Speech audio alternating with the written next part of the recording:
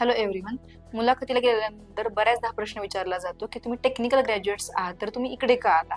कारण आपल्यापैकी 90% लोकांचं इंजिनिअरिंग किंवा टेक्निकल बॅकग्राऊंड असतं. अशा प्रश्नाचं उत्तर देताना तुम्ही तुमच्यातले पॉझिटिव्ह नक्की सांगा. ग्रॅज्युएशनमध्ये तुम्ही टेक्निकल गोष्टी काय शिकला, पण देताना बऱ्याचदा आपण काय करतो, टेक्निकल ग्रॅज्युएशन आणि नॉन टेक्निकल ग्रॅज्युएशनमध्ये डिफरन्स करताना नॉन टेक्निकल ग्रॅज्युएशनला आपण कमी लेखायचा प्रयत्न करतो. तर हे असं झालं नाही पाहिजे. आणि दुसरं की ब्युरोक्रेसी एक कन्सेप्ट आहे, तशी टेक्नोक्रॅट ही एक कन्सेप्ट आहे. मग तुम्ही सांगताना तुमचे पॉझिटिव्ह सांगा की ब्युरोक्रेसी प्लस जर टेक्नॉलॉजी इन्क्लूड झाली तर त्याला टेक्नोक्रॅट होऊ शकतं.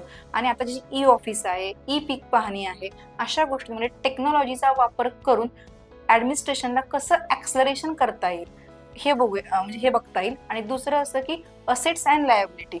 जर तुम्ही टेक्निकल ग्रॅज्युएशन मध्ये लायबिलिटीचा कन्व्हर्जन असेट्स मध्ये करू शकला तर गव्हर्नन्सला कसा फायदा होईल, जो की आता ई गव्हर्नन्सकडे आपण फ्युचरिस्टिक अप्रोचने चाललेलो आहोत. So try to end in positive sense असं मी सांगेन.